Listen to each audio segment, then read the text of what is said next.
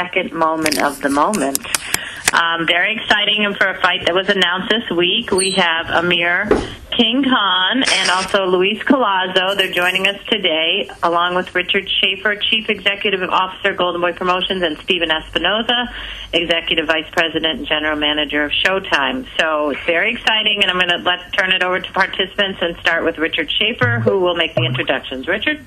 Thank you very much, Kelly, and welcome to all the media. I'm truly excited to host this first conference call, which will be a series of conference calls leading up to May 3rd, the moment.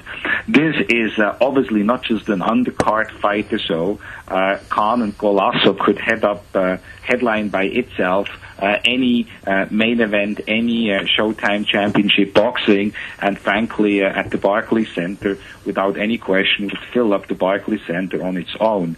The same can be said with Adrian Broner, his return. A lot of question marks there. How is he going to be? Is it what kind of effects will that fight he had against Maidana bring? What kind of effects will it have when he returns to the ring on May 3rd? Clearly a main event in its own, and Jay Leon Love and Marco Beriban is a 50-50 fight, so just a great card. I want to thank Floyd Mayweather to make this card happen. It's the most expensive pay-per-view card we have ever put together, and I believe the most expensive card ever put together in the sport of boxing. I want to thank Floyd. I want to thank Steven Espinoza and Showtime to make this happen, and most importantly, I want to thank all the fighters to be on that card, because sometimes fighters, their ego gets into the way, and they're going to say, well, you know, I know I'm a main event, and I know I can headline, and I know I can fill up the venue.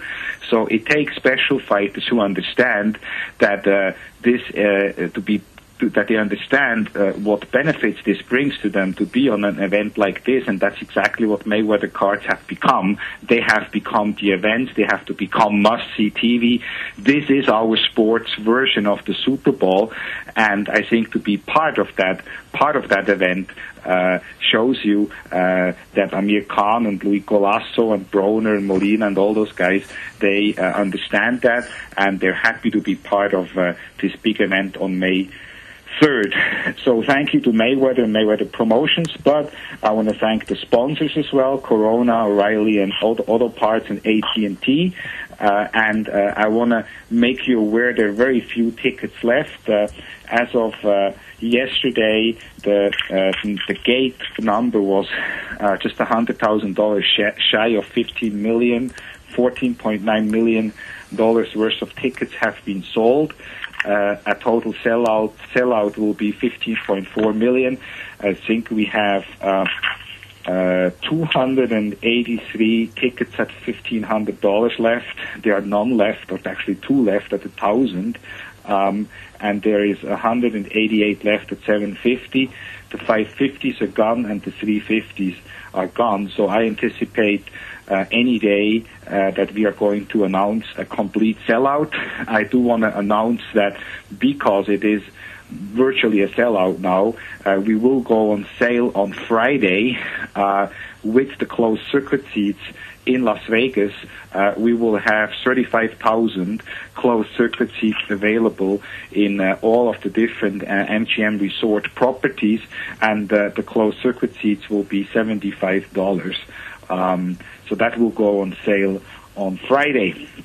Now, before I'm going to be introducing the fighters, I want to turn it over to I know he's the general manager and so on, but for me, he's really the man behind Showtime Sports, and he's the main guy. He's the president of Showtime Sports, and that is Steven Espinoza.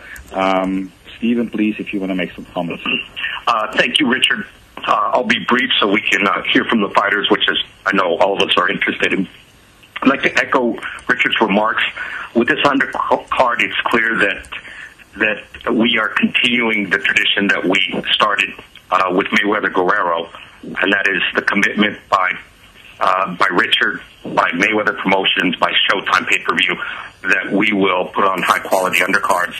Do undercards, quite honestly, that far exceed what is normally expected for an undercard. And in particular, I've got to thank Floyd for making the investment, and truly it is a financial investment because, as Richard said, this is the most expensive undercard that we are aware of, possibly in history. And that money has to come from somewhere. So this truly is an investment in the sport. Last but not least, I'd like to obviously thank Amir and Luis.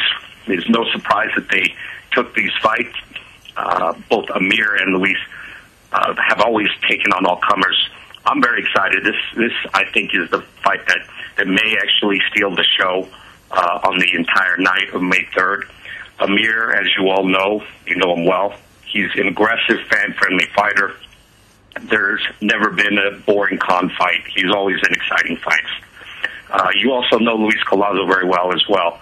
He's faced the elite in his weight class, Ricky Hatton, Shane Mosley, Andre Berto. In my book, he beat at least 2 of the 3 of those, on my scorecard.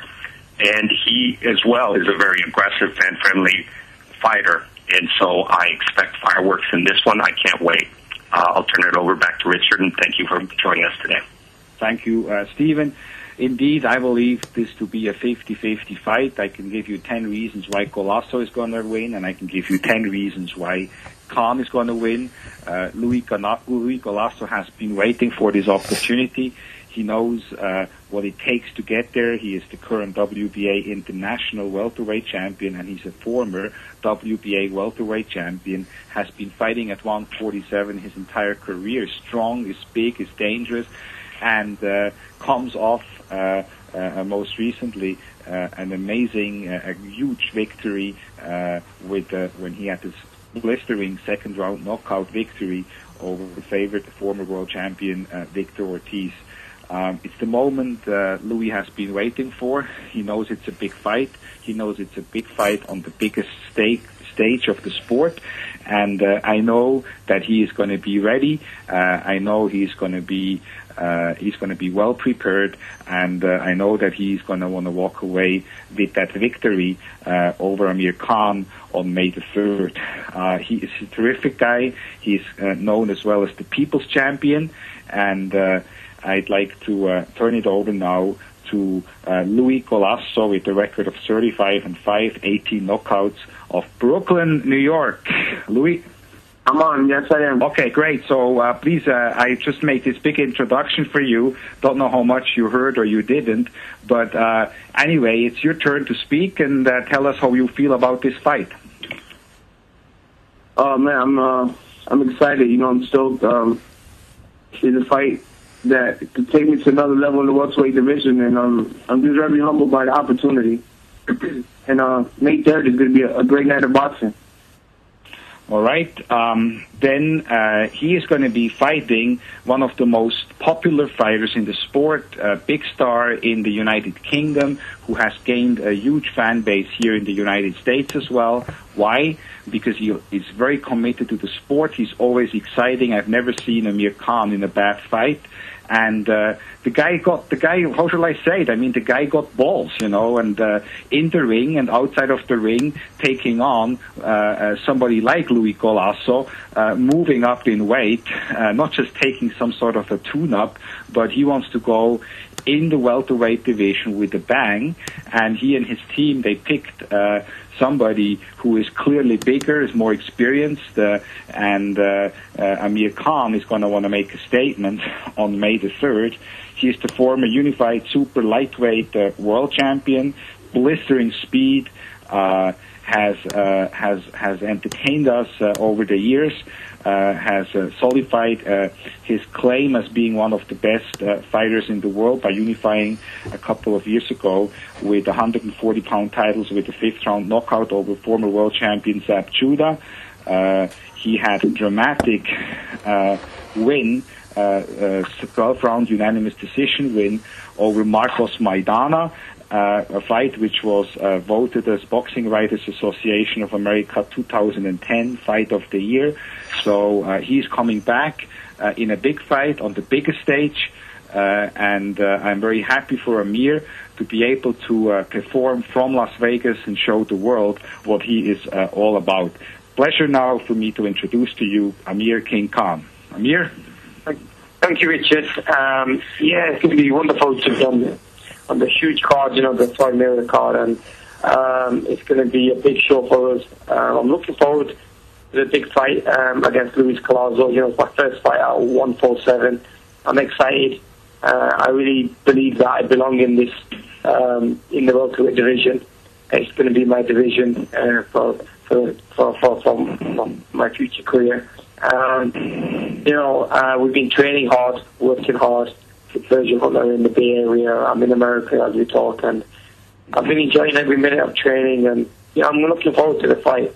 And I really believe, this fight between me and Luis Collazo, who I believe is a very dangerous opponent. He's a tough. He's been here with the best and fought the biggest names. I really believe they can steal the show, and that's what we want to do. Whenever I fight, I want to give it 100%. I want to give the fans what they want to watch, and I really believe that this fight could be the one that could steal the show on the night. Great, thank you, Amir. We are going to open it up now to the media members to ask questions of any of the participants on the call. And our first question comes from Steve Karp with Las Vegas Review. Yeah, good afternoon, everybody. Hi, Amir. How are you? I'm all right, thank you. How are you? Good, good. Can you talk a little bit about the things that Virgil Hunter specifically has done to make you a better fighter? Yeah, we're working a lot, being more patient and picking the right shots at the right time. And, I've always been an exciting fighter, and I think that's always going to be there, it's in the blood. But we're just working on new things, making sure we've got the right position for the stance. We've got we don't have the defense low. We have a high defense. We've had great sparring partners helping us, in the past few months, just to kind of keep me sharp. But yeah, overall we work on everything really. We're working on the mistakes I used to make.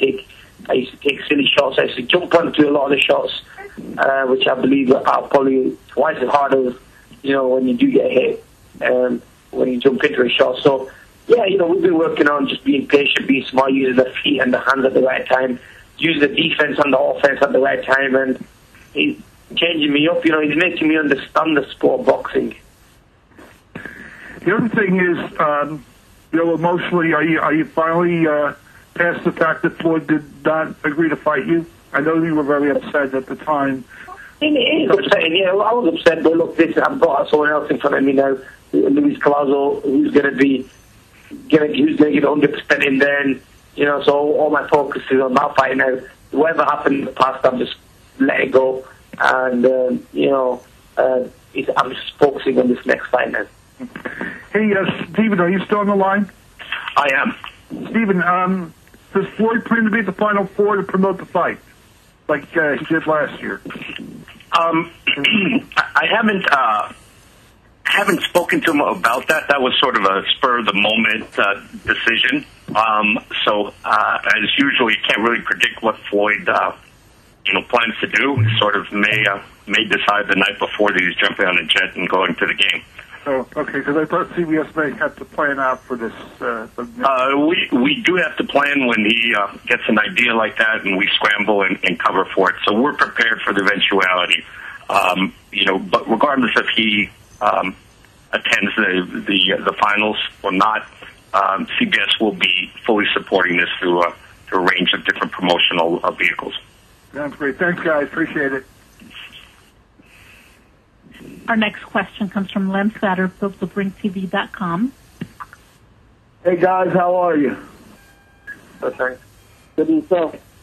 I'm doing well. Amir, my first couple questions are for you. I talked to you at Barclays Center, I guess in the fall, and you talked to me about way back when, and I remember before the Ma Peterson fight, you were actually training with the intent to go up to 147 way back then. So you're a really big guy, even though this is your first time at 147. Can you talk about the benefits of not having to lose weight and to be able to train at a higher weight before this fight in terms of the energy you expect to have on fight night? I mean, if you look back, a couple of years ago when I did kind of make my mind up going up the way, I used to have trouble making 140 division. It was after the Judah fight. And it was never easy to make 140. I was big, I've got a big body frame, and I'm a tall fighter.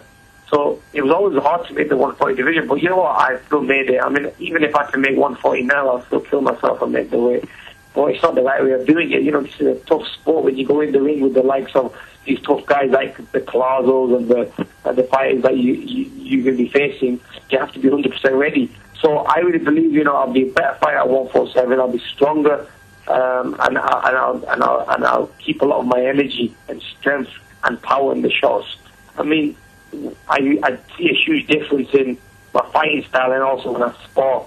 I mean, even though we wear head guards and we wear bigger gloves, but when we spar, I feel so much stronger. I spar with guys who are a lot heavier than me, and this is not my natural weight, and I do really well. But it's when you cut down and you kill yourself making weight, you cut down to that 140-pound division. It used to kind of make me really weak. I couldn't hold the energy, the power wasn't there, and I used to walk into the fight literally, very weak. And you can always tell how your body is, how your body's feeling. I mean, I'm a big 140 fighter.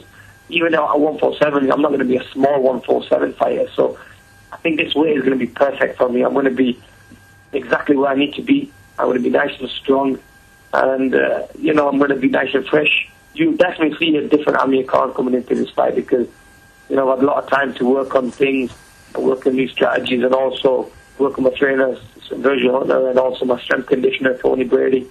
So I know I'm going to be ready in this division, and I can't wait to step in the ring.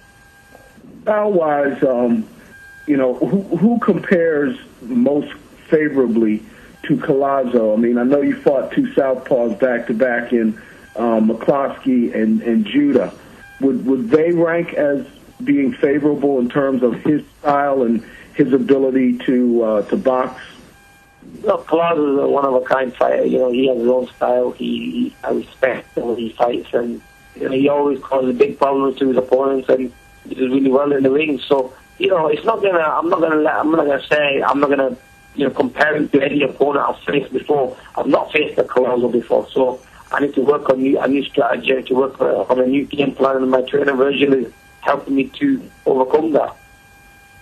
Okay, last question for you. Do you expect to box more, literally just box more and be more patient in this fight, given that you're facing a bigger guy? We're going to see how the fight turns out, really, and we're going to see what goes down when we ring. I mean, if we have to change, we change. I mean, we know, I think everyone in the world knows we can box and we can fight. So we'll just see how it all goes. Thanks a lot, Amir. Louise, are you there? I'm here. Hey, buddy, how you doing? Good, yourself? Oh, not too bad. Listen, can you comment? One thing that's really impressive about Amir and is his speed. It's undeniable, and he's obviously got skills. Is there anyone, especially at this point in your career, is there anyone compares on your schedule? I mean, Shane Mosley. Andre Berto, would he compare to them? Who would you compare him to on your record? He got great speed, but I think maybe he might be a little slower than Andre Berto was. But styles make fights, and come fight night, we'll definitely see if this speed is going to be a factor or not. My last question for you, he talked about, and I talked to Virgil about this, about him jumping into shots and being available for some of the shots like the one that Danny Garcia caught him with, and obviously earlier in his career against Breeders Prescott. Do you see him being able to change that in the last couple fights that you've seen, or do you expect to maybe take advantage of that kind of opportunity again? Oh, man, to be honest, I don't know. He's his own fighter. And if he could fix that, hey, more power to him. But come fight night, I'm just going to try to capitalize on all his mistakes, That's my main thing. And I'm just working my butt off and just working hard to give all the fight fans what they want, some excitement. Thanks a lot, guys, and good luck. Thank you. Our next question comes from Gareth Davis with the Daily Telegraph. Good evening, gentlemen. Good evening to all. Can I ask Amir, first of all, you mentioned the other day in passing that you've learned a lot for the last 5 months, kind of mentally and physically, given what you've gone through and the disappointment. Can you just explain that a little more about, how your mindset has changed over the period where you felt you were going to be, or thought you were going to be fighting Floyd Mayweather and you didn't in the end, and what you've gone through and how it's hardened you? Look, it has been tough mentally, but then we kind of turned that around and we worked it towards our advantage by working in the gym, spending time with Virgil and Tony, and coming to America early, having mini camps in between. So in the last 12 months, even though I'm not fit, I've been spending a lot of time in the gym. I've been sparring, I've been hitting the mitts, I've been working on different techniques and stuff. And I think sometimes it's good when it's good when it worked for me. Not having an opponent on the back of my mind who I'm going to be fighting. At least that way, then I'm not focusing on that one style. I can focus on different styles and different ways of improving my style. So I didn't have that pressure. But overall, I mean, there was little disappointments. But like I said, it was a mental thing. I got over that. I'm a mentally strong fighter. I mean, I've proven that numerous times. I will come back from my defeats, which not many fighters would come back from. But yeah, physically, I think I'm a better fighter, and like I said, moving up to the next weight category is only going to make me a better fighter. And we don't want to go in there and take easy fights. I mean, we want to fight the best out there, and it shows that Luis Collazo is one of the best out there by knocking out Victor Ortiz in his last fight and proving himself. I think he's earned a big fight, and so that's the reason we want to fight him, because we really believe that he's one of the dangerous guys at 147, and that's the fight that I need and to get me up there and get me back in the ring again.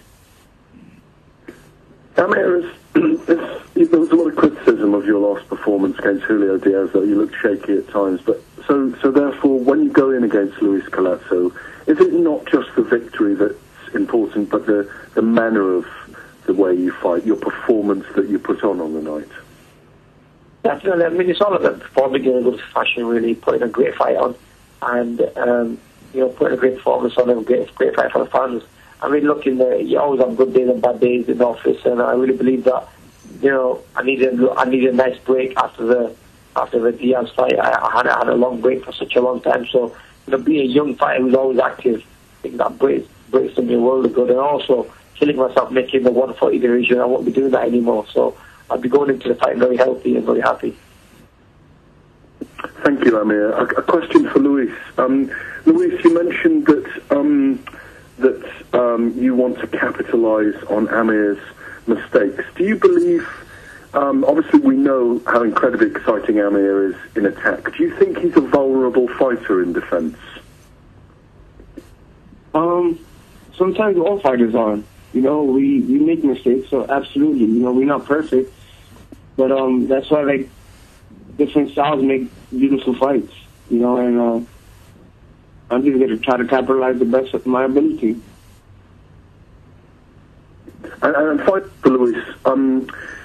Obviously, you had this very close decision. A lot of us were either there or watched the fight with Ricky Hatton back in May 2006. And, on another night, it could have been your decision. Obviously, he had you down early, and it probably won in the fight. Do you take something from that? And obviously, you had a very close fight with Berto as well. Do you take something from these fights and say, this ain't happening to me again, I'm going to change it around this time, it's going to be my night, and use those other fights in your advantage when you give everything against Khan? Absolutely. Everybody learns from their mistakes. You don't want to make them again. But before I was on my time, right now I'm on God's time. And hey, like you said, May 2006, and now it's May 2014. It's amazing. Final question from me. Thank you very much to the two fighters. Final question for Stephen Espinoza, if he's still there. I'm here. When Floyd made the decision finally to fight Marcos Maidana, were there any back and forths with yourselves and Floyd Mayweather? And did he was it a very difficult decision for him in the end? Did he come very close to choosing Amir rather than Marcos? Can you kind of just spell out the last few days, if you like, of how it went down? It was a tough decision, and I can see why, because, from my perspective and from the Mayweather team's perspective, both Amir and Maidana have a lot of advantage, a lot of benefits in the matchup. Floyd was, from the network perspective, both would make very interesting fights, very competitive fights from what we believe, and from the network perspective, both would be approved. So it was ultimately up to the Mayweather side to choose between the two, and I know he did ruminate on it for a while, and it was a tough decision, and I've heard him say that.